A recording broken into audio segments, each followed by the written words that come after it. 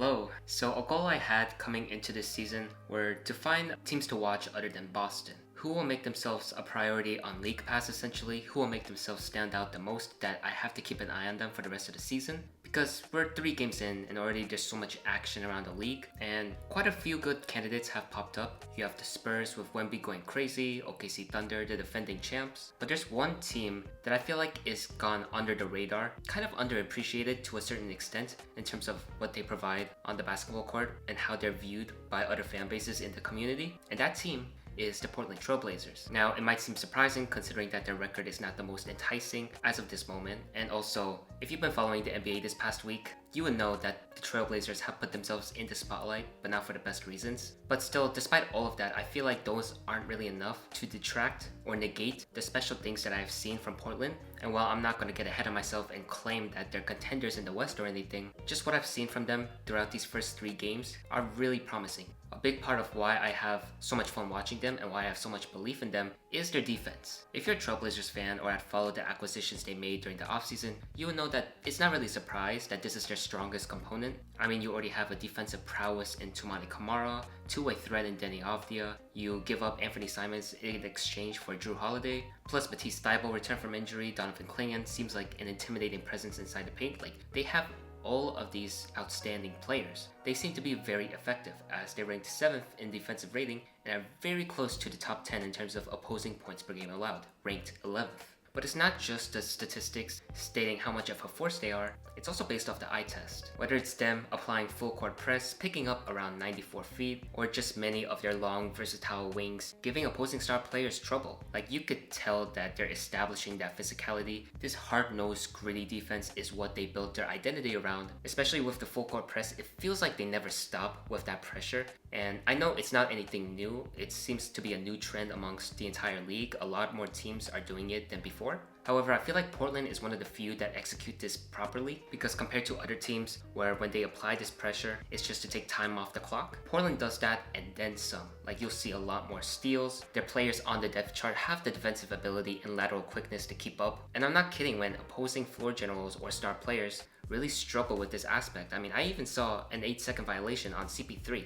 That's a rare thing to accomplish. Like, when looking at the pieces that Portland has in place, it's rare to find a weakness. It's rare to find any sort of mismatch to expose. And it's not just the starters in Camara or Denny that provide this much defensive value, it also goes deep into the bench. Chris Murray and Blake Wesley seem to have found a home in this current system, especially Blake Wesley. I mean, my goodness. When you talk about players that have made a surprising start to the season and presenting themselves as candidates of just being extremely likable, Blake Wesley is that for me. Especially when we consider the full court press ideal, Blake Wesley is the immediate frontrunner for that. Like, you will always see him just be all up in the opposing players' faces, and he made such an impact in yesterday's game against the Clippers, especially in that second quarter, constantly forcing steals, being very difficult to move out of the way, not to mention he's sprinting everywhere. Like, he's probably their fastest player on that Blazers team, and it doesn't matter which side of the ball it is, defensive or offensive, you'll always see him put the Jets on. Like, I'm just loving what I'm seeing from Wesley so far,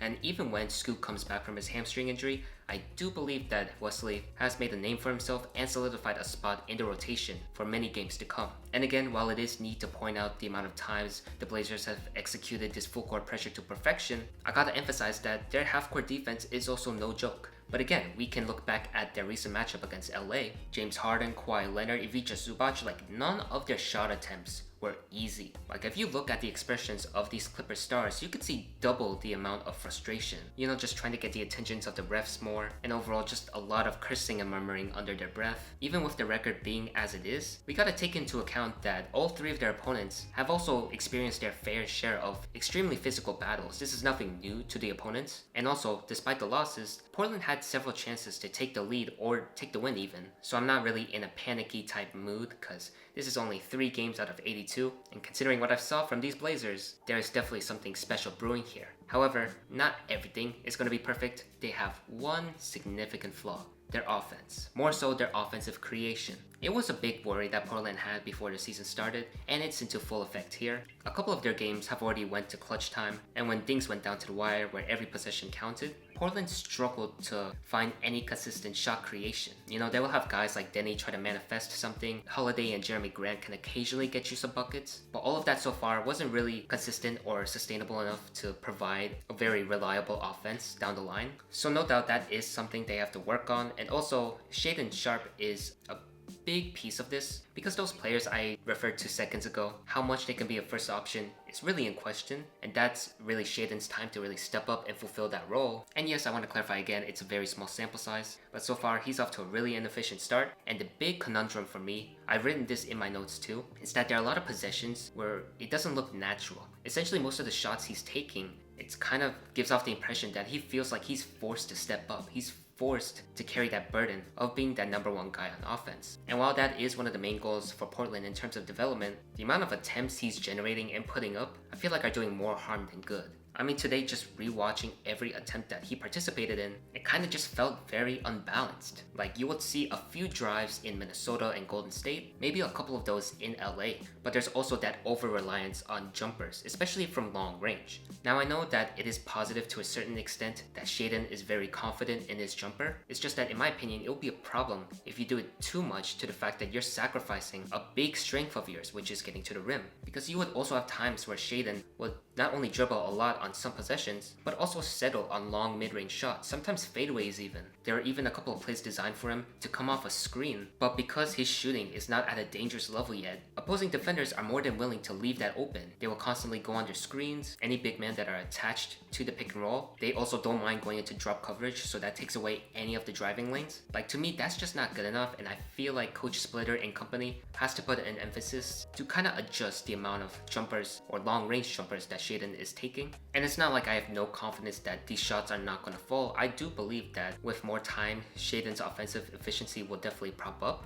But considering how much the offense can be at a lull a lot of the times, you kind of can't afford for that to take too long. So I feel like having more possessions where it doesn't seem like Shaedon is doing too much would definitely benefit a ton. Speaking of which, that's also another limitation of Portland's offense, the lack of a capable outside shooting. Because as much as I love Blake Wesley and Chris Murray somewhat having a resurgence in this system, no doubt defenders would not take them seriously from behind the arc. In addition, considering the fact that Tumani and Klingon would definitely get a majority of playing time, having all of that lack of shooting combined is definitely going to suffocate the driving lanes. However, despite how flawed this offensive production might seem, there's still a really positive tidbit, which is their small ball lineup.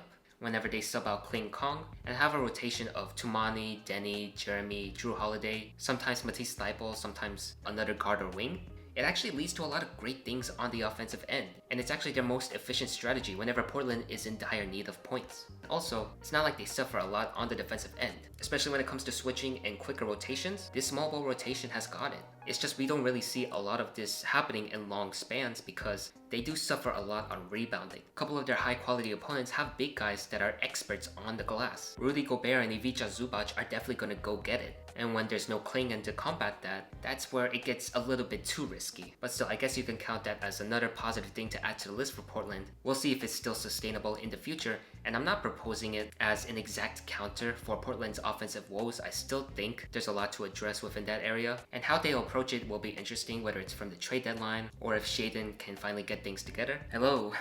Sorry to jump scare you with this sudden edit, but I am recording this after the Lakers game that had just happened, because even if there was no Luka or LeBron, there was still plenty of positives to go around. And it's actually quite crazy how a lot of the points that I referred to early on in this video are the same things that have propelled Portland to this victory. That small ball lineup in the third quarter, man, it didn't do wonders. Any Lakers player not named Austin Reeves seemingly had no answers. I mean, I know Dalton Connect had a few buckets here and there, Rui Hachimura had some late in the fourth, but when that small ball lineup was deployed, it was all Portland. So many transition buckets, a devastating run in the Trailblazers' favor, and again, the full court press. I mean, even though Austin Reeves had another amazing performance, you could tell that he was struggling quite a bit bringing the ball up the court. I mean, I can't really blame him because you have Jrue Holiday and Toumani Camara just getting all up in his airspace. And speaking of Jrue Holiday, I mean, I know that I pointed the offense out as a negative earlier, but if he keeps performing like this, then oh my goodness, Portland might not have that much to worry about. Same thing with Jerami Grant. I know that in terms of